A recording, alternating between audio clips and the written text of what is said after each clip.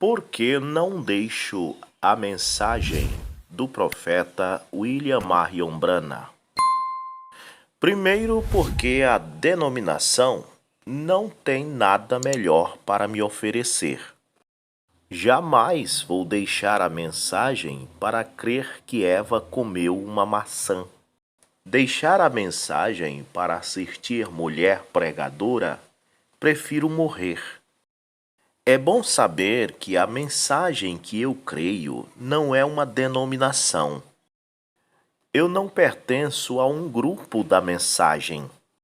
Eu creio que grupos têm se denominado, mas eu creio que a mensagem, aquilo que foi gravado em fita, é isso que estou falando.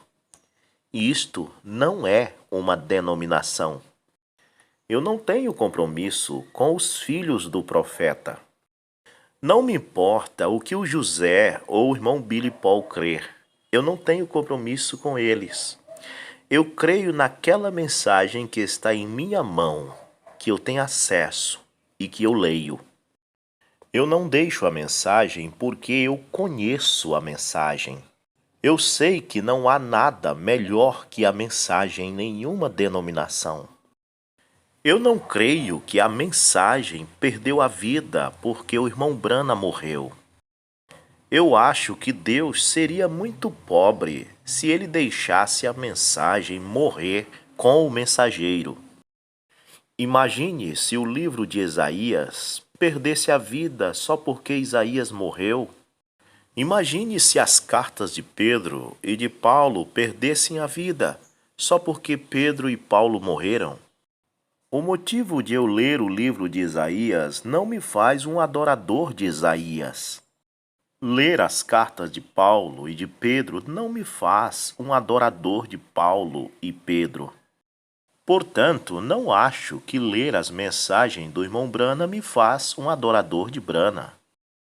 Eu não preciso ir na Terra Santa procurar o túmulo de Isaías, o túmulo de Pedro, de Paulo. Eu não me importo com os restos mortais deles, porque eu não sou crente em Isaías, em Paulo e em Pedro, e nem em seus restos mortais.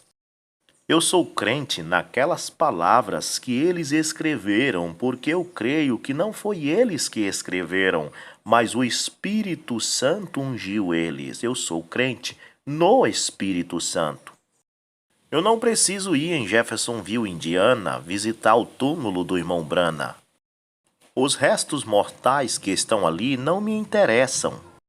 Eu não sou crente em Branham, eu sou crente na mensagem que ele pregou, porque creio que não foi ele que pregou, mas o Espírito Santo que falou aquelas coisas. Saber que alguns aleijados dos juízos adoram o irmão Branham, se prostram diante de suas fotos, não me faz desistir da mensagem. Porque eu sei que se o irmão Branham vivesse, ele também não concordaria com isto. Imagine se eu deixasse de ser cristão só porque os católicos adoram Maria. Eu sei que Maria não tem culpa disto. Se ela vivesse nos tempos de hoje, ela não concordaria com isto. Se a razão de alguns adorarem o irmão Branham me faz sair da mensagem, eu também tenho que deixar de crer em Cristo, porque no cristianismo muitos adoram Maria e os apóstolos e assim por diante. O fato de Billy Paul estar velho e Los Angeles ainda não ter afundado é pretexto para que eu saia da mensagem? Não, porque William Branham nunca disse isso. Vamos ver o que William Branham disse sobre este assunto? Mensagem Obra é Fé Expressada, pregada no dia 26 de novembro de 1965, 29 dias antes de partir para o Senhor. E você observe a água virá e a levará diretamente ao Mar Salton.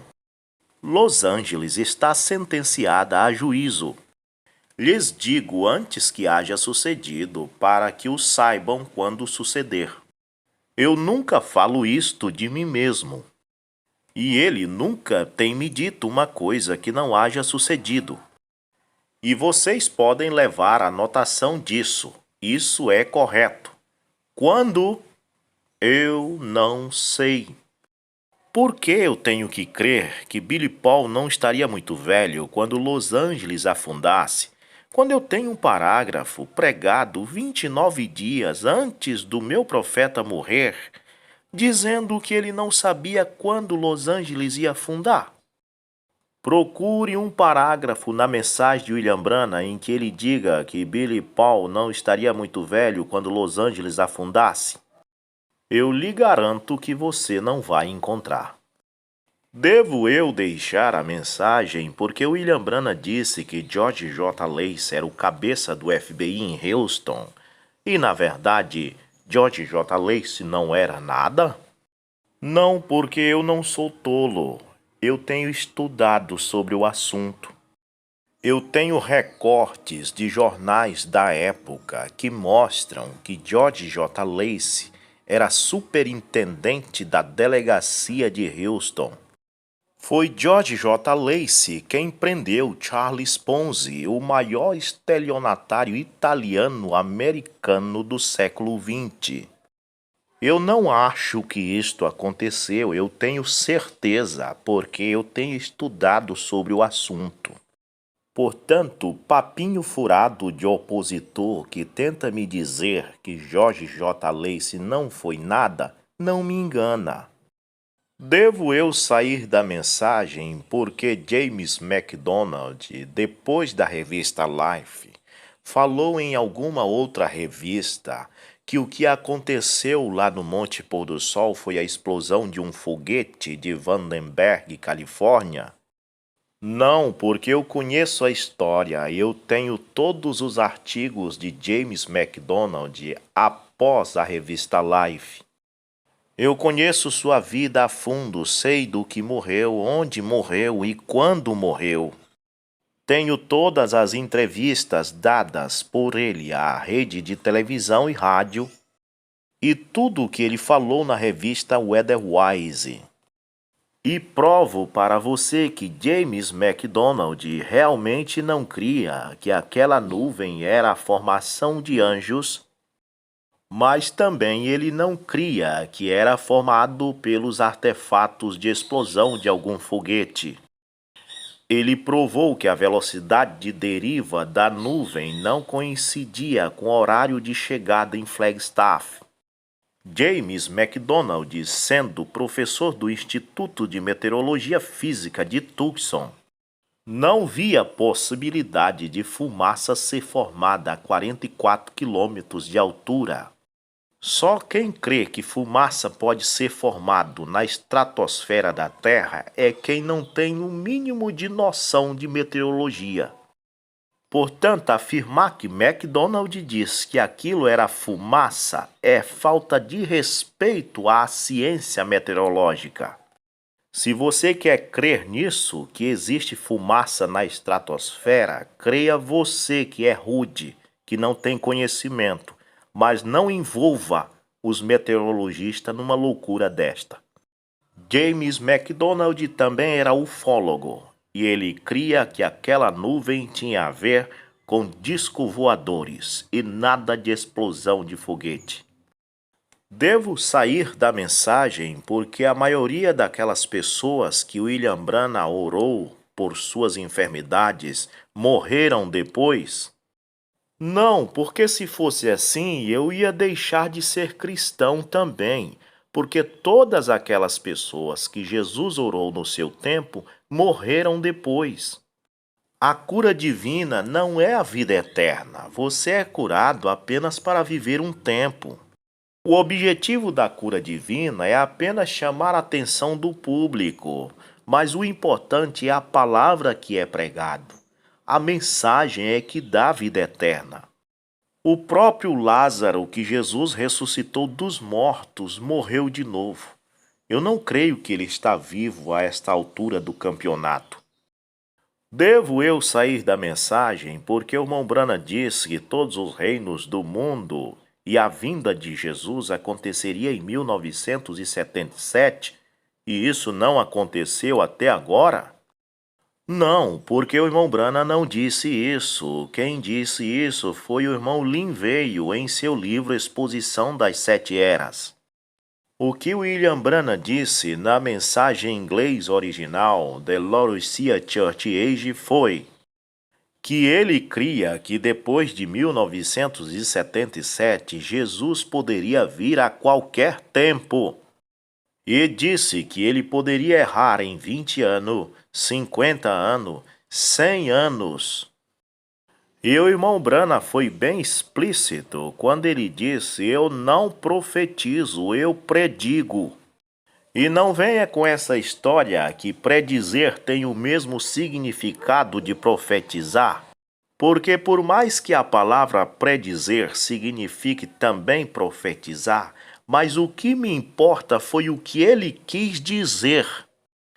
Se o meu profeta tinha pouca gramática e não sabia que a palavra predizer significa profetizar, eu tomo isso como um erro de vocabulário, um erro humano e não um erro de profecia. Mas durante toda a mensagem às 70 semanas de Daniel, ele repetiu dizendo que 1977 poderia ser o fim. Não me importa o que ele disse no início ou no meio da mensagem às 70 semanas de Daniel. O que me importa foi o que ele disse no fim. Ele não deixou terminar a mensagem sem explicar o que realmente ele quis dizer. Parágrafo 227. Agora eu não quero que ninguém saia entendendo mal. A fita continua rodando. Eu não quero que ninguém entenda mal. Não me entenda mal agora e diga: o irmão Brana disse que Jesus virá em 1977. Eu nunca disse tal coisa. Jesus pode vir hoje, porém, eu tenho predito. E na linguagem do meu profeta, predizer não significa profetizar. E se você quer levar este caso para frente teimando, você é simplesmente um que entendeu mal. Ou talvez entendeu sim, só que tem em você um espírito de perseguição. Há inúmeras coisas que eu poderia citar aqui, mas não posso por causa que o vídeo pode ficar muito longo. Como Cafarnaum, que a oposição disse que William Branham mente quando diz que ela afundou, mas ela afundou sim no terremoto de 749 na Galileia. E a Cafarnaum que hoje existe foi reconstruída depois para segurar o turismo. E você diz como pode eles reconstruir uma cidade toda? Mas não é uma cidade toda que foi reconstruída lá, é apenas uma pequena ruína do que eles dizem ser a casa de Pedro. Um templo muçulmano e um templo construído pela Igreja Católica por cima da casa de Pedro. Este lugarejo, Cafarnaum, é tão pequeno que ele pode ser destruído várias vezes e eles reconstroem de novo porque não tem quase nada para reconstruir. Acredite, amigo, com o pouco conhecimento que eu tenho sobre história, sobre ciência e sobre esta mensagem, tá difícil eu deixar esta mensagem para seguir uma denominação fajuta trinitária adoradora de demônio.